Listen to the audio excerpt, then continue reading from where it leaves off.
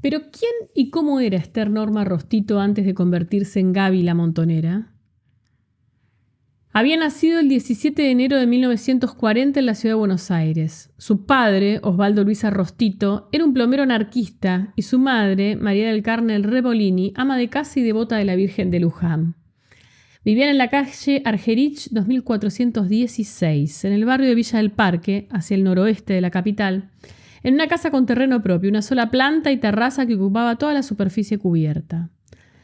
Es una construcción rectangular con dos anchos escalones de lajas que dan a un largo cantero y otros 3 más angostos que conducen a la puerta de entrada. Hacia la derecha el portón de garage. El frente está recubierto por azulejos rectangulares con un diseño en relieve, color terracota. Las aberturas, es decir, la puerta de entrada y un gran ventanal, tienen rejas que forman arabescos. En 1942 nació la segunda hija de la pareja, Nora Nélida, Nelly. Las 2 hermanas cursaron la primaria a 4 cuadras de su casa, en la escuela número 19 del Consejo Escolar 14, en la calle Argerich 2849. Actualmente la escuela lleva el número 3, pertenece al Distrito Escolar 17 y tiene un nombre: Policía Federal Argentina. Así fue bautizado durante la última dictadura militar. Los intentos que cada tanto los mismos alumnos de la escuela hacen para cambiar esa denominación ante la legislatura de la Ciudad de Buenos Aires hasta ahora no han prosperado. El primer día de clase de Norma fue el 11 de marzo de 1946. Con el brazo todavía marcado por la vacuna, que le dio reacción negativa, tenía 6 años cumplidos y había sido inscripta 8ª en la lista de un curso que arrancaría con 30 alumnos, 18 mujeres y 12 varones. Y terminaría 6 años después con 10 menos, según consta en los registros de inscripción y de calificaciones finales de la escuela, en los cuales figura indistintamente como Esther Norma o Esther. Siempre, como la mayoría de sus compañeros, y de acuerdo con la forma de evaluar de la época, su performance escolar sería calificada de suficiente. Las vacunas, que eran anuales, aplicadas a término.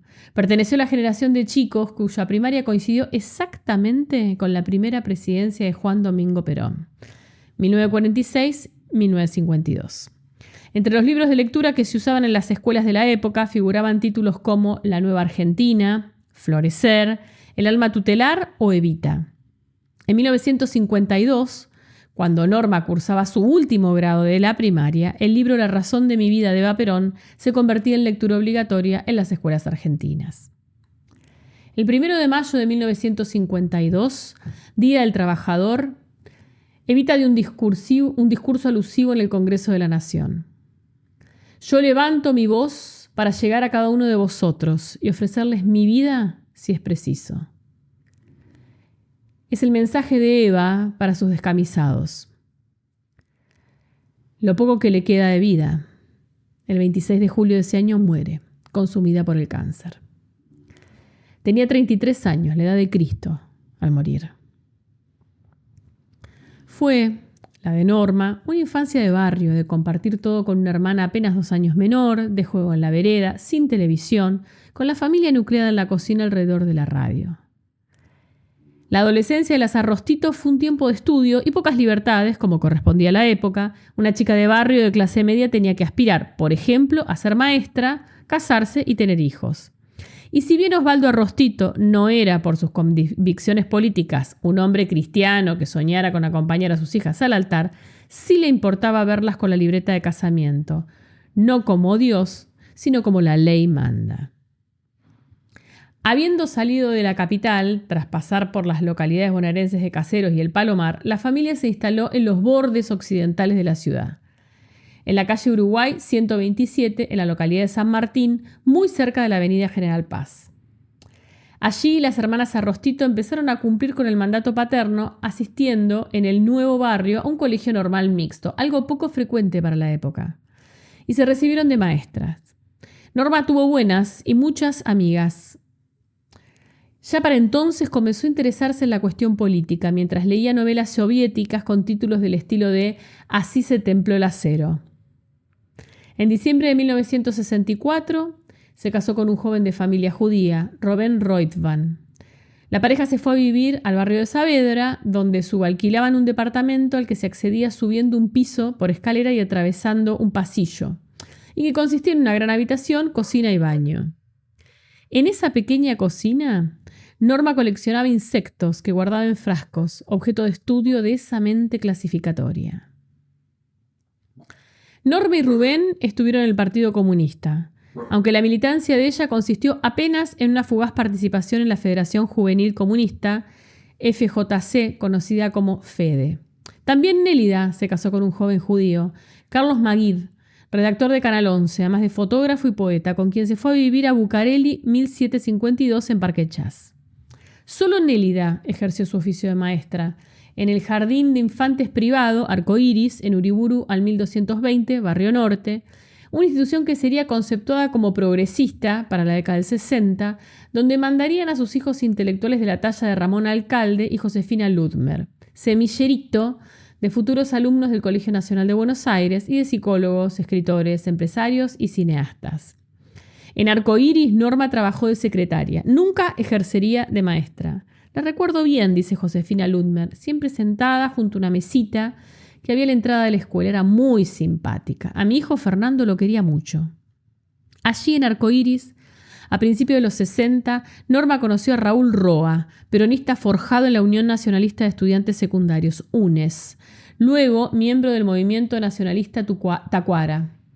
Nos conocimos en el marco laboral, dice Roa, pero en un trabajo muy particular, porque si trabajábamos 50, 40 y 48 éramos militantes, 40 eran del PC y los demás fuimos en distintas situaciones casuales. En Arcoíris, durante los veranos del 60 al 62, fui yo a Dalid, ayudante del profesor de gimnasia.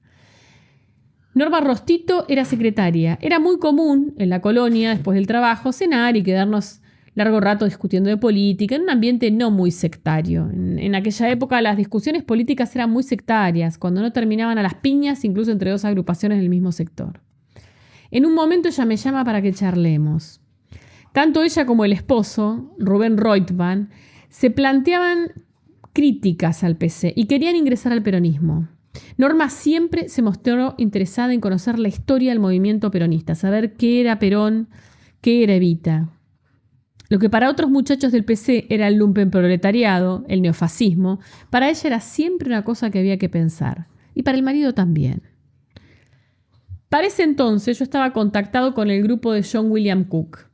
Había tenido una charla con Cook y con su mujer, Alice Gurem. Cuando llegamos a intimar en el aspecto político, Norma y Rubén empezaron a venir a casa. Nos veíamos seguido, pero en ese momento no tenía que ofrecerles. Entre el 64 y el 66, hasta que engancho en la CGT de los argentinos, yo no estaba en ninguna organización. Yo nací en el 44, así que no soy de la generación del 70, sino de la del 60, lo mismo que Norma. Y esa es la historia de Norma, una militante del PC que cuestionaba el sectarismo, la cosa rígida, la historia oficial, sea de quien sea. Desde allí llega el peronismo. Yo la presento a la gente del grupo de Cook y ahí ella queda enganchada. Ellos le ofrecen un marco militante, le ofrecen la orgánica que yo no podía ofrecerle. De vez en cuando nos llamábamos, nos veíamos. El que queda más tiempo enganchado al grupo de Cook es Rubén.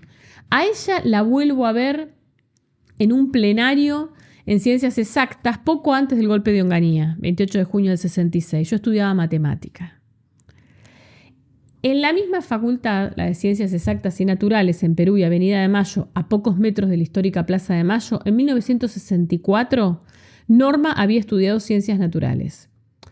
En realidad llegó a ser solo 2 materias de la carrera, Introducción a la Zoología e Introducción a la Biología.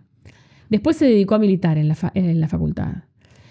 Entre los papeles que la policía encuentra en las múltiples requisas después de la muerte de Aramburu, en el allanamiento al cura tercermundista Alberto Carbone en la calle Rodríguez Peña 846, además de la famosa máquina de escribir Olivetti, hallan, a nombre de Norma Rostito, el carnet del Centro de Estudiantes de la Facultad de Ciencias Exactas y Naturales, más la libreta de estudios de la Universidad Nacional de Buenos Aires. Ciencias Naturales no fue la única experiencia universitaria de Norma. Anteriormente había probado con el ingreso a Medicina, pero después se dio cuenta que no le interesaba. De todos modos, vale la pena contar el dato. Hasta el momento, Norma Rostito, que viene de un pensamiento materialista, se inclina hacia las ciencias. Desde allí podría pensarse se interesa por el peronismo. Esa mirada cientificista y racional está a punto de dar un vuelco y va a dejar de colar elementos más irracionales y también afectivos. Los motivos son complejos. En ese cambio van a jugar factores individuales, pero también sociales y políticos. Algo tiene que ver la pasión. Un año después, en 1965, fue el del ingreso de Arrostito a la ARP, Acción Revolucionaria Peronista. Allí, en el grupo fundado por Cook y Alice Guren en 1964, tuvo como responsable a Amanda Peralta, que posteriormente sería fundadora de las Fuerzas Armadas Peronistas, FAP, y una de las sobrevivientes de Taco Ralo. Estaba empezando. Las primeras cositas las hizo conmigo, cuenta Amanda. La huelga de los portuarios fue su primera experiencia de acción. Estamos hablando del 66, golpe, represión. Hay 2 huelgas, una de ferroviarios y otra de portuarios. Nosotros estuvimos muy comprometidos en la lucha de los portuarios. Participamos, ayudamos y colaboramos con material o haciendo cosas cuando ocuparon la CGT como forma de protesta por la indiferencia.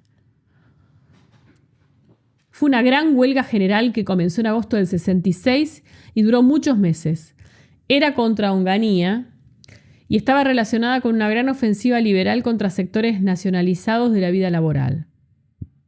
Como con el movimiento estudiantil, el gobierno militar apostó a destruir toda resistencia y oposición y lograr alguna forma de pax romana.